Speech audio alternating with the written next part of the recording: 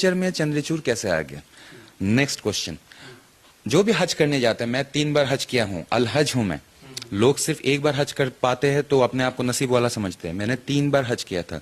तो जब भी हज किया जाता है या फिर उम्रा किया जाता है, वो भी काला बक्सा जो है, जो काबा है, हाँ, तो आप एक चीज बताओ, उधर परिक्रमा नहीं होता? होता है परिक्रमा ये हम सनातन का नहीं है क्या?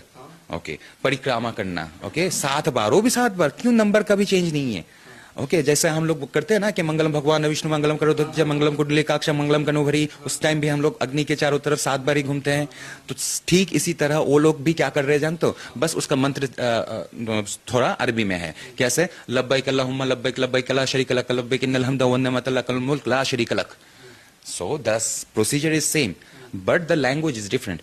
ओके, उसके बाद वो लोग जो हाजी का ड्रेस पहनते हैं व्हाइट कलर का, और 2 कपड़े होते हैं विदाउट स्टिच, जो हमारा सन्यासियों का ड्रेस है। मैं खुद पहनता था। ओके, तो वो तो सन्यासी का ड्रेस है। ओके, उसके बाद हम लोग जब भी कोई पिंडदान करते हैं या अपने आप को त्याग करते हैं, तो हम, जैसे मैं करता हूँ, हाँ, ये मेरा हर दिन का अहंकार का त्याग है। ओके, तो इसी त्याग का ही, क्योंकि तीर्थ यात्रा पे जाने के बाद आप त्याग करते हो तब आपका सर मुंडवाना पड़ता है। तो यही प्रोसीजर आज भी वो लोग फॉलो करते हैं। हम लोग जो उपवास करते हैं उसी चीज को उन लोगों ने रोजा बोल के चला रहे हैं। Every procedure is same. अगर तुम्हें इतना भी डाउट होता कि तुम्हारा जो कल्चर पहले लोग फॉलो करते थे उसमें गंदगी है, तो तुम अपना काबा या मक्का से यह हज का कॉन्सेप्ट उड़ा देते। But you know the real truth. Muslim कहीं पर भी हो, सिजदा कहाँ पर करना है? वही काबा के तरफ। और दूसरा चीज, ये जो लोग बोलते हैं कि हजरे असवद, हजरे असवद, काबा का जितना मूल्य नहीं है उससे ज्यादा मूल्य है वो जो हजरे असवद जो पत्थर है, वो थोड़ा सा देखना, वो योनी जैसा शेप है, और योनी का पूजा हम लोग करते हैं। ओके, क्योंकि हमारा माँ कामाख्या बोलो या माँ पार्वती के ही रूप है वो सब। और उसके बीच में काला कलर का आप गोल चीज देखते हो, वो थोड़ा सा उभरा हुआ है। अच्छा, आप थोड़ा सा उसको ऐसा देख रहे हो, उस चीज को हम सनातनी लोग बस ऐसा देख रहे हैं। ओके, उस चीज को बस ऐसा देखा जा रहा है और ऐसा, वो हमारा शिवलिंग ही है। और मैं वहां पर जाके 3 बार हज करके 3 बार ही उसको चूम के आया हूँ। और हमारा जो ये जल को नमन करना, तो जमजम का पानी क्या है सर? गंगा जल है। ओके, फिर दूसरा चीज, हम लोग नाम जाप करते हैं। मैं हर सुबह 3:30 बजे से 6:30 बजे तक लगातार 108 बार ओम नमः शिवाय, ओम नमः शिवाय जाप करता हूँ गिन गिन के। तो ये जिक्र क्या है? सुभान अल्लाह, सुभान अल्लाह, सुभान Allah. Every procedure is there following Sanatan. बस वो लोग बोलना नहीं चाहते। अब बताता हूँ जिसमें शिवा कहा आ गया उसके अंदर। क्या है कि हम लोग क्या बोलते हैं कि शिवा को किसी ने पैदा नहीं किया, वही तो सबसे ब्रह्मा है, स्वयंभू। ओके, कुल हु अल्लाहु अहद अल्लाहु समद लम यलिद वलम यूलद वलम यकुल लहु कुफुवन अहद, ये जो वर्सेस है, it's describing Shiva only.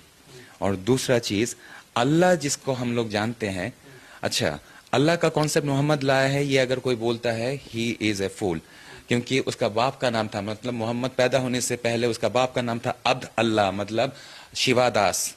Sivadas, अल्लाह वही है।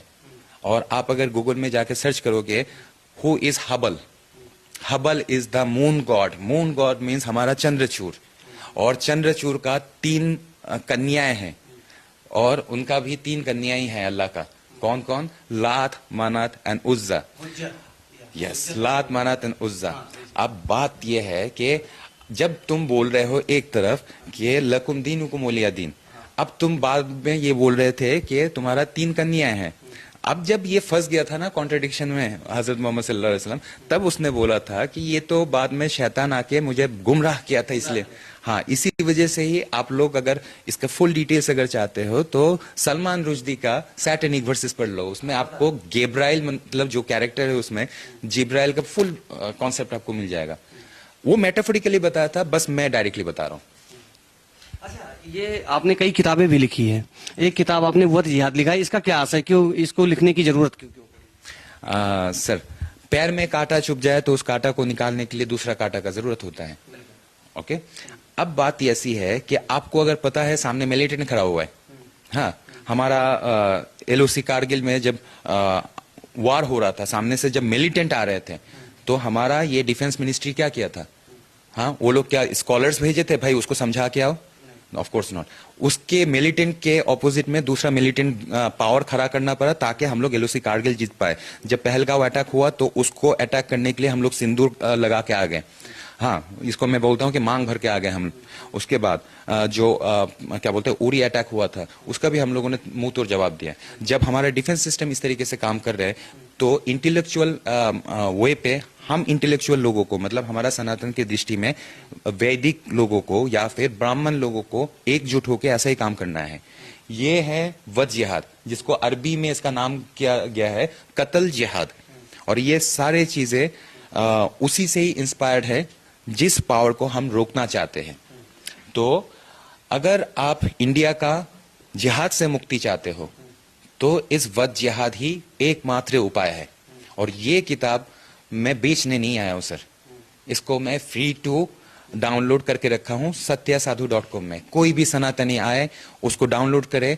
This is the antidote, this is the antidote for जिहाद। ये जिहाद की शिक्षा कहाँ से मिलती है? क्योंकि देखिए, एक होता है किताब में लिख दिया गया, लिखा हुआ है, हमारे भी धर्म पुराणों में बहुत चीजें लिखी हुई हैं, लेकिन हम गीता को सबसे ज्यादा फॉलो करते हैं कि श्रीमद् भागवत गीता, लेकिन उसमें भी बहुत से श्लोक हैं जो मुझे नहीं पता है, वो कुछ चीजें पता है। लेकिन ये जो आज का जो जनरेशन है, अगर खासकर मुसलमानों की बात करें, ये इतना एग्रेसिव कैसे हो रहे हैं? कहाँ से इनको ये शिक्षा मिल रही है? ओह वाह सर, मैं आपको एक चीज बताना चाहता हूँ। पश्चिम बंगाल में मद्रासाओं में छोटे छोटे बच्चे, जो बच्चा को पढ़ाना चाहिए था twinkle twinkle little star how I wonder what you are, of course star means you are talking about दो subject which is studied in NASA या फिर इसरो। लेकिन इन बच्चों को क्या पढ़ाया जा रहा था जानते हो सर? मैं बंगला जानता हूँ, इसीलिए मैं इसको ट्रांसलेट समझ पाया। बच्चों को सुर के साथ, क्योंकि सुर के साथ क्यों, हमारा सबकॉन्शियस माइंड में उसको क्या बोलते हैं, रिदम या फिर मेलोडी, ये चीज हमारा दिमाग अच्छी तरह कैच कर लेता है। उसको क्या सिखाया जा रहा है? सुर के साथ। थोड़ा सा कॉमेडी लगेगा लेकिन I need to do it. हिंदुओं के पूजा में जाने से ईमान दुर्बल होता है। छोटे छोटे बच्चे ये सीख रहा है। उसके मतलब उस बच्चों को सिखाया जा रहा है कि in future to whom you have to fight. हाँ, हिंदुओं के पूजा में जाने से ईमान दुर्बल होता है। मेरा ईमान जो दुर्बल करेगा, he is my enemy. And after they reach their particular age, they will become militant. अच्छा, मुसलमानों का रिश्ता बाबर से क्या है? आजकल बाबर बहुत ज्यादा ट्रेंड में है। बाबरी मस्जिद बन रही है आपके पश्चिम बंगाल में। आप एक बाबरी मस्जिद यहाँ पे हटाई गई अयोध्या से, तो वहां पे जो है हुमायूं कबीर कह रहे हैं कि हम यहाँ पे बाबरी मस्जिद बनाए। तो बाबरी का रिश्ता क्या है भारत? जर्मनी के साथ हिटलर का क्या रिश्ता है सर? मेरा जवाब वही है। पूरा दुनिया उसको सबसे खतरनाक, क्रूर, हाँ, जो इतना खतरनाक तरीके से इंसानों को हत्या किया था, सोवियत यूनियंस को या फिर क्या बोलते हैं उसको, हमारा ज्यूस कम्युनिटी को इतना खतरनाक तरीके से मुस्लिम भी टॉर्चर नहीं किए थे। हाँ, बस हाँ, 14th सेंचुरी के पहले हुआ था, वो मैं बाद में बताऊंगा। ये याजीदी फिर यहूदी, उनके साथ कैसे काटा गया था। उसके बाद सेकेंड लार्जेस्ट, जो हमारा सेकेंड वर्ल्ड वॉर में सबसे ज्यादा जेनोसाइड किया था, वो था हमारा क्या बोलते हैं, हिटलर। तो हिटलर के साथ जिस तरीके से जर्मन का संबंध है, पूरा जर्मन कम्युनिटी हिटलर को अपना हीरो मानते हैं।